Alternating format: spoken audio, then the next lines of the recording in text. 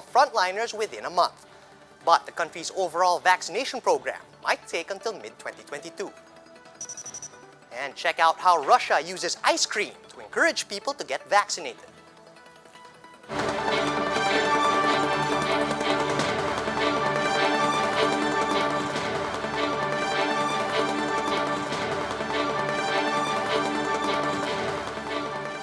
Fast, focused, and fearless. Here's everything you need to know as you jumpstart your day. I'm Charles Lejano. Pork vendors are going on a holiday to protest the imposition of the 60-day price ceiling on pork. Carinderia owners also expressed solidarity with them, saying nobody should be forced to sell at losing prices. Here's the report. Pork adobo, Bicol Express, menudo, dinuguan. These are just some of the pork-based viands served at Elis Kainan, Lugawan in Tapsilogan in Camuning, Quezon City. They may have maintained a 45 peso per viand pricing, but this doesn't mean they don't feel the effects of surging pork prices. So an order that used to be served with 6 pieces of pork now only has 4 pieces. Talaga yung baboy yung naapektuhan. Kasi hindi namin kayang magtaas gawa ng parang lang to siya pang masa na ulam. Ayaw namin magtaas pero pinapaliwanag namin sa mga customer namin na kaya unti lang kasi sobrang taas na talaga. Meanwhile, some sellers and retailers are set to go on a pork holiday today as they cannot follow the price ceiling of 300 pesos per kilo. And so while Elis Kainan still has enough pork stocked up to be served until today, they're not sure if they can still serve pork dishes in the coming days. Kasi wala talaga nagsabi na sa amin kahapon yung mga suki namin na hanggang ngayon lang yung sa baboy at saka sa manok nila. Over in Mandaluyong, Babe's Eatery used to serve around 6 pork dishes every day. But owing to the price hike, they are now able to serve only 1 or 2. And to keep up with the prices of pork, they are now selling an order of pork sanigang for 60 pesos, when it used to be 45 pesos per serving only. Hindi kaya kasi magkano ang kilo ng baboy ngayon? 400 pesos. Minsan nga nagpo 420. Pero yung talagang niluluto namin dati na talagang mga mahal na part ng baboy, hindi namin na iluluto ngayon dahil sobrang mahal nga. Owner Ferdy Bucos says they buy pork from the market. So if their supplier goes on a pork holiday, they won't have anywhere else to source pork from. Makaka-apekto rin kasi minsan mga ibang customer, lalo na yung mga customer namin na matatagal na, ang binabalik-balikan kasi sa amin talaga rito yung mga sinigang, yung mga tulad niya, yung barbecue. Both carinderias will just have to tweak their menus, offering chicken, fish, vegetable and other meat dishes instead. The same goes for customers who feel the effects of skyrocketing pork prices, whether in receiving smaller servings or paying more for the same serving. Siyempre, kung konti yung laman, tulad ng baboy. Kung pagpalagay natin dati 5 piraso, parang 3 piraso na lang ata. Siyempre, masakit talaga sa bulsa pag gano'n. Kaya lugaw na lang kinakain ko. Okay na ito hanggang hapunan. Kumukunti at saka talagang mataas ang presyo. Mataas ang presyo sa baboy ngayon. Huwag na muna yan. Maggulay-gulay na lang muna at saka kung anong aabutin ng pera. Needless to say, being in the food business means they will feel the effects not just of price hikes, but also of price freezes and even pork holidays. And so they appeal to the government to find a solution that won't cripple those in the food business, including the pork sellers and retailers, who like them are trying to make a living, all while still reeling from the economic effects of the pandemic. Huwag namang masyadong babaan kung yung price ceiling. Kasi kung pag binabaan nila ng todo yan, talagang kahit ako nagninegosyo, kung hindi rin ako kikita, so it's better na hindi na ako magnegosyo, hindi na ako magtitinda. Naiintindihan nyo rin sila kung ba't sila mag-pork holiday? Oo, naiintindihan ko yan kasi kung hindi talaga sila kikita, wala tayong magagawa. Tsaka ba't ako magtitinda kung wala naman akong kikitain dyan? Sana ibalik sa dati ang presyo ng mga bilihin. Hindi lang kasi ang baboy ang nagtaas. Pati nga siling labuyo, di ba? Hindi nga din namin maibibigay sa mga customer namin na dati. Halos pamigay na namin yung mga ganyan eh. Ngayon wala. 3 persons were reportedly injured after a magnitude 6.1 earthquake hit Mindanao on Sunday. At least 8 houses in Milang and Kabakan in Cotabato were damaged. 2 churches in Milang and 1 hospital in Isulan, Sultan Kudarat were also not spared by the quake. The epicenter of the earthquake was found in Magsaysay, Davao del Sur. Residents have already experienced at least 15 aftershocks since the quake was first felt. But at the onset, up to intensity 7 was felt in Milang, Makilala, and Kabakan in Cotabato. Intensity 6 was recorded in Isulan, Sultan Kudarat. Intensity 5 was likewise felt in parts of Davao del Sur, including Magsaysay, Digos City, Hagonoy, Santa Cruz, Sulop, Bansalan, and Matanao, as well as in President Roxas, Aracan, Carmen, Kidapawan City, Matalam, and Tulunan in Cotabato. And in Coronadal City, Banga, Tupi, and Tampakan in South Cotabato. Same goes for Malungon and Sarangani, Columbio, Sultan Kudarat. Intensity 4 was also felt in other parts of Mindanao. The list of areas that experienced Intensity 4 and Intensity 3 due to the quake are being flashed on your screens.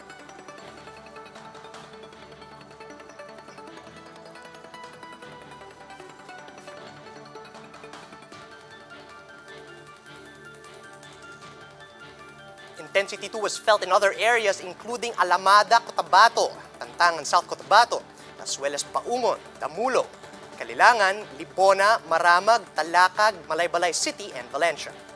Iligan City in Lanao del Norte, El Salvador, and Banticao in Misamis Oriental also experienced Intensity 2, while Bislig City in Surigao del Sur also felt up to Intensity 1. The UP community held a solidarity night on Saturday in light of the recent unilateral abrogation of the UP DND Accord by the government. Alumni and university officials condemned what they called an attack on academic freedom. Camille Samonte with the report. State Youth alumni, students, and faculty members performed live in UP Dalaman on Saturday to express their thoughts about the issue of academic freedom, which according to them is at risk following the abrogation of the UP DND Accord. Participants chant "Defend UP, defend academic freedom, junk terror law, and oust the president." They even made an effigy tagged as Duterte, principal of state terrorism. But the main goal of the concert is to show their unity and solidarity in defending the university. UP Student Regent Rene Luis Co says they strongly condemn the unilateral abrogation of the UP DND Accord. She added that although they are supporting the dialogues between UP and the DILG, they are also asking for the retention of the 1989 Accord with the Defense Department. Ito po ay isang response sa paulit-ulit na atake at ito ay paglalawak pa ng unity para mapakita na tayong community at tayong mga mamamayang Pilipino, hindi po tayo mananatiling silence sa ganitong klaseng mga responses sa atin. Some notable alumni and former officials of the university also gave video messages to express their support to their alma mater. Huwag tayong mawawalan ng pag-asa sa kabila ng mga problema. Walang anumang puwersang politikal ang hihigit pa sa taong bayan nagkakaisa, naninindigan at sama-samang kumikilos tungo sa isang makabayang layunin. In a video message with his daughter Rosana Abueva, former UP President Jose Abueva also expressed his dismay over the unilateral abrogation of the UP DND Accord. I am appalled and dismayed about this unilateral abrogation.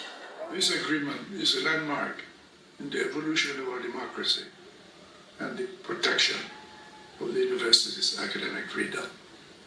It also reflects positively on the enlightened leadership of our Department of National Defense and military and police.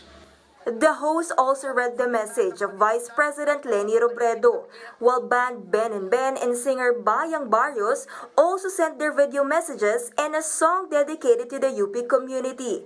But the grand finale was the solidarity video message of national artist Ryan Cayabyab, who also played the piano for the intergeneration singing of the UP Naming Mahal. Kami ay tubong UP, yung buong pamilya ko. Kaya isa lang po ang aking panalangin Sana po mapanatili nating malaya at mapayapa ang lahat ng campuses ng ating pamantasan, ang ating pamantasang minamahal. Tumayo po tayo at awitin po natin ang UP naming mahal. Reporting for News 5, Camille Samonte, We Are One News. The Regional Interagency Task Force approved the request for an extension of ECQ in Tabuk City, as well as placing other municipalities under MECQ. This extension will start at 12:01 a.m. tomorrow until midnight of February 15. MECQ will be imposed in the municipalities of Tanudan, Tinglayan, Pinukpok, and Lubuagan, while Balaban and Pasil will be under GCQ. In an interview with One News on Sunday, Tabuk City Health Office's Dr. Henrietta Bagayao said the locality surpassed the 25% requirement to put the locality under ECQ. This comes after 18 out of 43 barangays declared to be under critical zones due to the number of cases of COVID-19. Bagayao explained that the continuous movement of Tabuk residents caused the rise in cases, as well as holding social gatherings, including wakes. In our area, social gatherings like wakes, which are inevitable, is also, I think, one of the reasons, because lately there were a series of wakes that were conducted before these cases had increased. However, for Health Undersecretary Maria Rosario Vergere, the surge in cases may not be directly attributed to the UK variant of COVID-19. For now, nothing is certain. We cannot definitely say that there is already community transmission.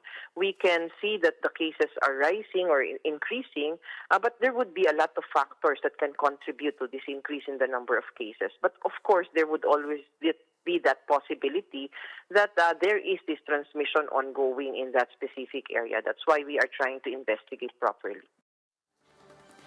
Here are the biggest stories from the dailies. Malacanang is looking to inoculate the country's 1.4 million medical frontliners within a month. Philippine Star reports that the palace is expecting more than 5 million vaccine doses from the COVAX facility to arrive this month. The first batch of 117,000 shots will benefit more than 50,000 health workers, as each of them will be receiving 2 doses. Presidential spokesperson Harry Roque says another 5 million doses of AstraZeneca vaccines will be delivered this February. Pangmasa reports that the inoculation of 70 million Filipinos might take up to mid-2022 or even later.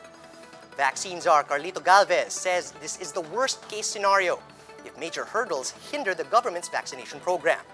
On the other hand, if the supply flow proves sufficient and no major snags happen, Galvez says they can inoculate all 70 million qualified recipients by December of this year. And this from the Freeman, a simulation exercise for the vaccine rollout will take place in Cebu and Davao on February 10. The health department says this will focus on what needs to be done when the vaccines arrive. The department emphasized the importance of coordinating with LGUs to ensure easier implementation of the vaccine program.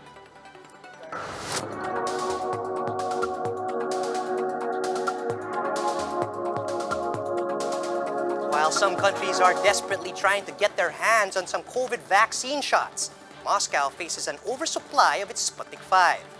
And with only few takers of the vaccine, authorities are luring people in with free ice cream. Let's watch this.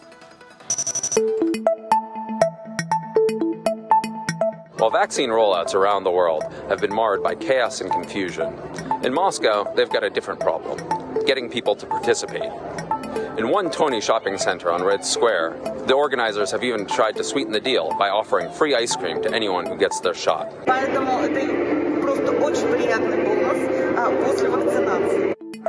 The capital has over 100 centers around the city, offering the Sputnik V vaccine that was developed in Russia.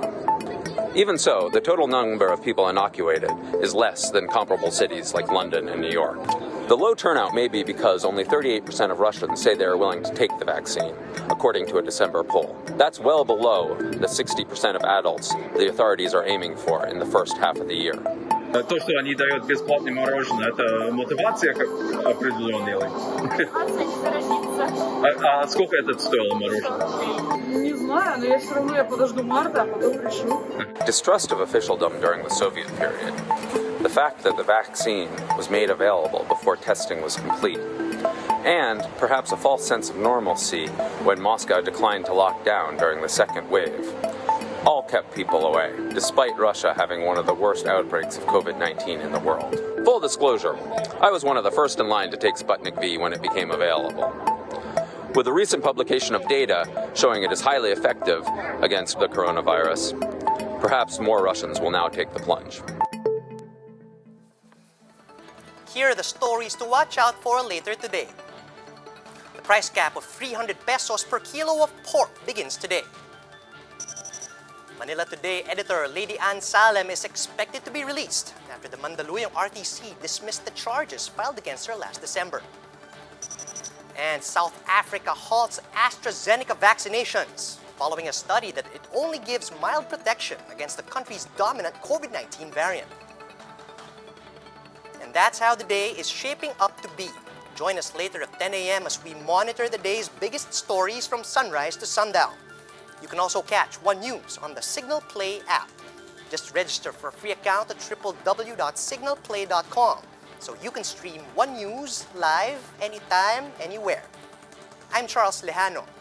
We're One News.